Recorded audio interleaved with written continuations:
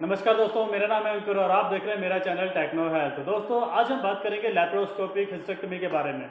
जैसा कि आप जानते हैं कि लैप्रोस्कोपिक हिस्टेक्टमी यानी कि यूट्रस को निकालना, removal of the uterus with the help of laparoscope.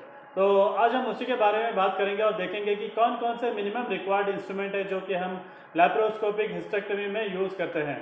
तो सबसे पहले हमें चाहिए होता है एक कैमरा जो कि हमारे पास है। तो ये है हमारे पास कैमरा जो कि हमें मिलता है कार्ल सोच की तरफ से, और एक एचडी कैमरा है, कुछ इस तरह से आपको देखने के लिए मिल जाएगा।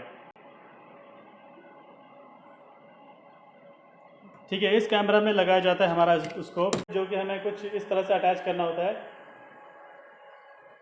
कुछ इस तरह से हम इस स्कोप को अटैच करते हैं। ठीक है, इसको डिटैच करने के लिए भी हमें कुछ इस तरह से इसको डिटैच करना होगा। तो अटैच करने के लिए क्या करेंगे, हम जो इसका ये बटन है इसको कुछ एंटी क्लॉकवाइज घुमाएंगे और इसके साथ कैमरा को अटैच करेंगे, उसको रिलीज़ कर देंगे। तो हमारा ये स्कोप कुछ इस तरह से अटैच हो चुका है। इसको डिटैच करने के लिए क्या करेंगे, इसको फिर से एंटी क्लॉकवाइज घुमाएंगे और इसको निकाल देंगे। तो ये कुछ इस तरह से डिटैच हो चुका है। तो आप देख सकते हैं इसको कैसे फंक्शन करता है। तो ये था हमारा कैमरा और ये था स्कोप। उसके बाद हमें ज़रूरत पड़ती है, ये हमारे पास वेरिस नीडल, तो जो कि कुछ इस तरह से आपको देखने के लिए मिल जाती है। और ये इसका ब्लंट पार्ट है और इसके अंदर फिर आता है शार्प पार्ट। तो कुछ इस तरह से इसको इंसर्ट करते हैं। तो इंसर्ट करते ही इसका शार्प पार्ट बाहर आ जाता है और ये सीधे एब्डोमेन कैविटी में चला जाता है। जैसे ये कैविटी में पहुंचेगा तो उसके बाद ये फिर से अपना ब्लंट पार्ट आ जाएगा, जिससे कि हमारा जो इंटरनल ऑर्गन है उनमें कोई इंजरी नहीं होगी। एब्डोमेन कैविटी में इंसर्ट करने के बाद यहाँ से हम CO2 कनेक्ट करेंगे, जिससे कि हम इस कैमरा की मदद से अंदर के ऑर्गन को देख पाएंगे। ठीक है, इसके बाद हमें मिल जाता है ये पोर्ट, और इस पोर्ट्स की मदद से हम अपने स्कोप को अंदर डालेंगे, जो कि ये था हमारे पास स्कोप। और कुछ इस तरह से ये स्कोप अंदर जाएगा इस पोर्ट की मदद से। और इसका जो व्यूइंग फील्ड है, इससे ये हम देख सकते हैं। और यहाँ से हमें दिखेगा अंदर की कैविटी। ये 30 डिग्री का स्कोप है, तो कुछ इस तरह से ये दिखाएगा। अभी जो दिखाएगा 30 डिग्री डाउनवर्ड दिखाएगा, और जैसे हम इसको राइट करेंगे तो कुछ इस तरह से लेफ़्ट वाला एरिया दिखाएगा, और जैसे हम इसको लेफ़्ट करेंगे तो ये हमें राइट वाला एरिया दिखाएगा।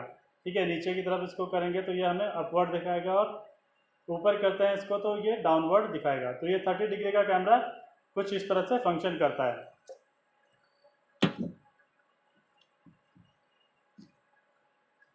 तो ये थे हमारे पास टोकार, और टोकार की मदद से हम एब्डोमेन कैविटी में इंसर्ट करेंगे। फिर उसके बाद डिपेंड करता है कि हमारे सर्जन कितने पोर्ट बनाना चाहते हैं, तो उसी के हिसाब से हम ये रख लेते हैं। और हमारे पास आ जाता है ये एक 5 mm टोकार।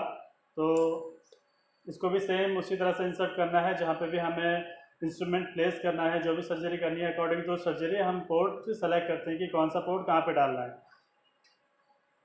ठीक है, पोर्ट इंसर्ट करने के बाद हमारे पास बारी आती है कि इंस्ट्रूमेंट की अब हमें क्या क्या इंस्ट्रूमेंट चाहिए होते हैं। ठीक है, तो इंस्ट्रूमेंट की बात करते हैं तो हमारे पास ये है एक, जो आप देख सकते हैं कुछ इस तरह से दिख रहा है इसमें। तो ये हमारे पास एक बाउल ग्रेस्पर, और जैसे कि आप देख सकते हैं कि नॉन टूथ है और इंजरी नहीं करेगा पेशेंट को, तो कुछ इस तरह से ये हमें देखने के लिए मिल जाता है।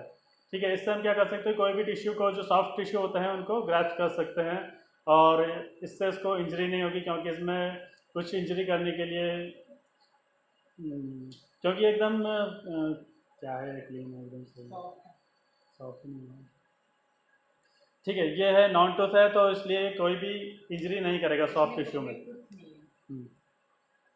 ठीक है, तो आप देख सकते हैं कि इसमें कोई भी टूथ नहीं है, तो ये कोई भी हमारा जो सॉफ्ट टिश्यू होगा उसको ग्रास्प कर सकता है इजीली, विदाउट एनी स्क्रैपिंग और विदाउट एनी कट। तो आप देख सकते हैं कि अगर मैं अपने हाथ को पकड़ता हूँ तो बिना किसी परेशानी के इसको होल्ड कर लेता है। ठीक है, तो ये काम करता है हमारा सॉफ्ट टिश्यू को होल्ड करने के लिए। उसके बाद हमारे पास एक और ग्रास्पर आ जाता है, जैसे कि आप ये देख सकते हैं, ये भी स्मॉल ग्रास्पर है। ठीक है, कुछ इस तरह से आपको देखने के लिए मिल जाएगा, और ये भी हमारा सॉफ्ट टिश्यू को ग्रास्प करने के लिए काम में लिया जाता है। और इसके बाद आता है हमारे पास एक और टाइप का ग्रास्पर, जो कि कुछ इस तरह से आप देख सकते हैं, इसमें टूथ बने हुए हैं। ठीक है, तो अगर अब कोई भी हम टिश्यू निकाल रहे हो या फिर कोई भी ऐसा जो टिश्यू है जिसको हमने रिमूव करना है और हमें एक अच्छी ग्रिप चाहिए, तो उसको हम क्या कर सकते हैं, इसकी मदद से इसको ग्रैस्प कर सकते हैं, क्योंकि ये जो उसके टूथ है ये टिश्यू में अच्छे से ग्रैस्प कर लेंगे, अच्छे से उसमें पकड़ बना लेंगे और वो टिश्यू को होल्ड करना हमारे लिए और ईजी हो जाएगा।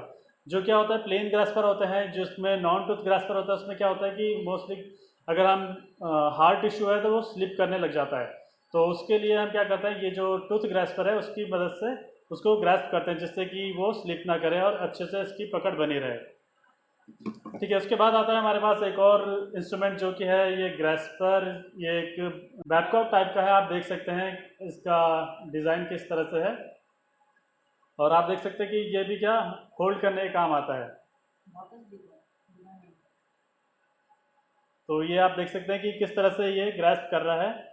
अगर इसके बीच में कुछ भी ट्यूब है या फिर कोई भी सॉफ्ट टिश्यू है तो उसको ये इजीली ग्रास्प कर सकता है, कुछ इस तरह से, जैसा कि आप इसमें देख सकते हैं कि कैसे इसने ग्रास्प किया है।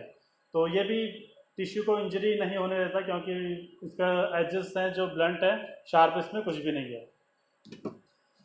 ठीक है, तो कुछ इस तरह से हमारे पास ग्रास्पर मिल जाते हैं। और ये तो थे हमारे पास 5 mm के ग्रास्पर्स, के साथ हमारे पास होता है 10 mm के ग्रास्पर, वो भी उसमें भी हमारे नॉन टूथ होते हैं और टूथ होते हैं। तो डिपेंड करता है कि हमें कौन से चाहिए होते हैं, और अलग अलग सर्जरी के लिए वो ग्रास्पर यूज़ किए जाते हैं।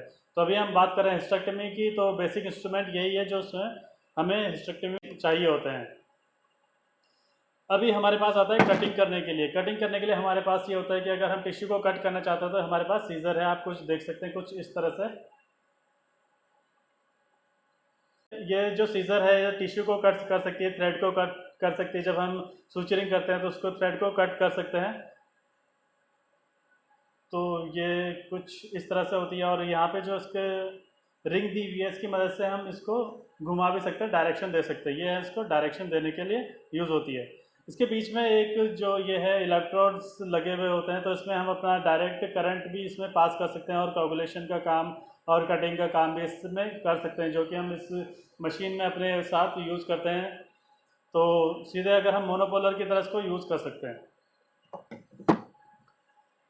ठीक है, ये है हमारे पास एक एल हुक जो भी कटिंग के लिए यूज़ होता है। तो कुछ इस तरह से देखने के लिए मिल जाता है। तो ये क्या करेगा, इसमें हम इलेक्ट्रिक वायर यूज़ करते हैं, इलेक्ट्रिक करंट यहाँ से पास होता है, और जैसे ही हम इसको टच करते हैं तो वो क्या करेगा, टिश्यू को काटना शुरू कर देगा, उसको जलाना शुरू कर देगा, जिसकी मदद से क्या होगा, टिश्यू रिसेक्ट होना लग जाएगा, मतलब कि कटने लग जाएगा। तो इससे क्या होगा, इसमें ब्लीडिंग कम होगी और ईजीली टिश्यू कट भी जाएगा। ठीक है, तो कुछ इस तरह से ये भी हम यूज़ करते हैं। इसके बाद आता है हमारे पास कुछ एडवांस इंस्ट्रूमेंट होते हैं, जैसे कि ये हार्मोनिक है। तो आप देख सकते हैं कि कुछ इस तरह से ये हार्मोनिक हमें देखने के लिए मिल जाती है। इसके बाद पीछे यहाँ पे एक प्रोब लगती है, वो प्रोब कनेक्ट होगी हमारे जनरेटर के साथ, और ये क्या करेगा, हमारे टिश्यू को, ये जो इसकी जो रॉड है मेटल की, ये भी जिस तरह से हमारा एल हुक कट करता है उसी तरह से ये हमारे हार्मोनिक भी कट करती है। बट हार्मोनिक का कटिंग करने का मैकेनिज्म क्या है, ये करती है हमारी अल्ट्रासोनिक वाइब्रेशन को यूज़ कर सकती है, अल्ट्रासोनिक जो वेव्स होती हैं उसको यूज़ कर सकती है। तो टिश्यू में एक हाई फ्रीक्वेंसी वाइब्रेशन ये क्रिएट करती है, तो उससे क्या होता है, हमारा टिश्यू कटने लग जाता है, यानी कि रिमूव होने लग जाता है और सेपरेट होने लग जाता है। जो भी हम टिश्यू को रिमूव करना चाहते हैं तो यहाँ पर इसको कट कर सकते हैं। और अगर हम चाहते हैं कि इसको ग्रास्प करके कट करना चाहें तो क्या करेंगे, जैसे कि अगर मान लो हम ये वाला एरिया को कट करना चाहते हैं तो यहाँ से इसको प्रेस करेंगे और यहाँ से इसको पकड़ लेंगे। तो उसने ग्रास्प किया, यहाँ से मिनिमम और मैक्सिमम के दो बटन है। तो आपने देखा कि हमारा जो मिनिमम इसमें जो एनर्जी देता है ये 1 देता है और मैक्सिमम एनर्जी 5 है इसकी। तो मिनिमम के लिए हम क्या करेंगे, नीचे वाला मिनिमम वाला प्रेस करेंगे तो 1 की अकॉर्डिंग एनर्जी देने लग जाएगा, जिससे कि हमारा टिश्यू सेपरेट होने लग जाएगा, कटने लग जाएगा। ठीक है, तो ये कुछ इंस्ट्रूमेंट है जो कि एडवांस इंस्ट्रूमेंट है। और हमारे पास आ जाता है एक और इंस्ट्रूमेंट जो कि है हमारे पास कोविडियन की तरफ से। तो ये है हमारे पास लेगाश्योर, जो कि है 5 mm का हमारे पास इंस्ट्रूमेंट है। तो ये भी क्या करता है, ये भी इलेक्ट्रिक करंट से काम करता है और साइमल्टेनियसली कटिंग और कोगुलेशन दोनों का काम करता है। ये कटिंग और कोगुलेशन एक साथ करेगा तो क्या होगा, ब्लीडिंग होने के चांसेस कम हो जाते हैं। तो इसमें क्या होगा, इलेक्ट्रिक करंट पास होता है जो कि हम ये जनरेटर में लगाएंगे इस प्लग को, और यहाँ पे क्या करेगा, ये इसको ग्रैस्प करने का काम करेगा। तो जो ये हमें इसका बटन मिल जाता है उसको क्या करता है, इसको लॉक करने का काम आ जाता है। जैसे कि आप देख सकते हैं इसको लॉक हो जाएगा ये।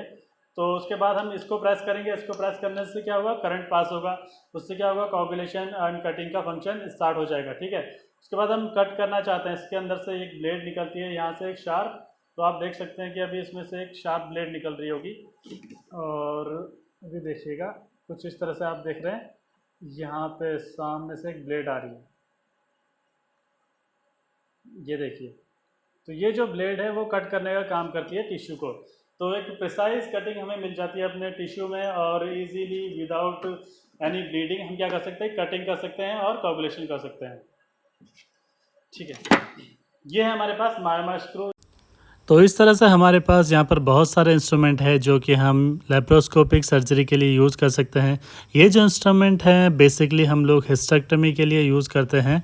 तो यहाँ पर आप देख लीजिए, सबसे पहले हमने एक मैनिपुलेटर रखा है, उसके साथ में एक हार्मोनिक फोर्सेप रखी है। उसके बाद हमने रखे हैं ग्रेस्पर। ये जो है टूथ ग्रेस्पर है, आप देख सकते हैं यहाँ पर, शायद आपको दिख रहा होगा कि इसमें टूथ बना हुआ है। तो इस तरह के इंस्ट्रूमेंट है। अगर आप चाहते हैं कि इसका डिटेल पढ़ना चाहते हैं कि किस तरह से इसको अटैच किया जाता है, कैसे इसको डिटैच किया जाता है, इनकी क्लीनिंग कैसे होती है, इनका मेंटेनेंस कैसे होता है, तो उसके लिए आप मुझे कमेंट कर सकते हैं। तो मैं एक डिटेल्ड वीडियो बना दूंगा। ये जो है यहाँ पर रखे हुए हैं ट्रोकार रखे हैं, जो सबसे पहले रखे हैं। उसके बाद हमारे पास निडल होल्डर, एक हमारे पास निडल है। उसके बाद हमारे पास सक्शन है, एक बाइपोलर है, सीज़र है, तो बैबकॉक है। यहाँ पर आप ये देखेंगे तो ये है ग्रेस्पर, बाउल ग्रेस्पर, स्मॉल ग्रेस्पर। तो इस तरह के इंस्ट्रूमेंट है जो कि हम लोग यूज़ करते हैं लेप्रोस्कोपिक सर्जरी के लिए। तो लेप्रोस्कोपिक सर्जरी अलग अलग तरह की होती है, तो ये बेसिकली हिस्टेक्टमी में यूज़ होने वाला इंस्ट्रूमेंट है। अगर हम जनरल सर्जरी के कुछ केस करना चाहते हैं जैसे कि लैप कोली वगैरह, तो उसमें अलग इंस्ट्रूमेंट यूज़ होते हैं। तो इस तरह के ये लेप्रोस्कोपिक इंस्ट्रूमेंट है, कैसे काम करते हैं ये सब भी मैं आपको बता दूंगा। अगर आप इसके लिए फुल डिटेल्ड वीडियो चाहते हैं कि आप देखें कि किस तरह से सर्जरी होती है, तो आप मुझे एक बार कमेंट करके बता दीजिएगा। तो इसी तरह के वीडियो मैं आपके लिए आगे भी लेके आता रहूँगा। तो मिलते हैं नेक्स्ट वीडियो में, तब तक के लिए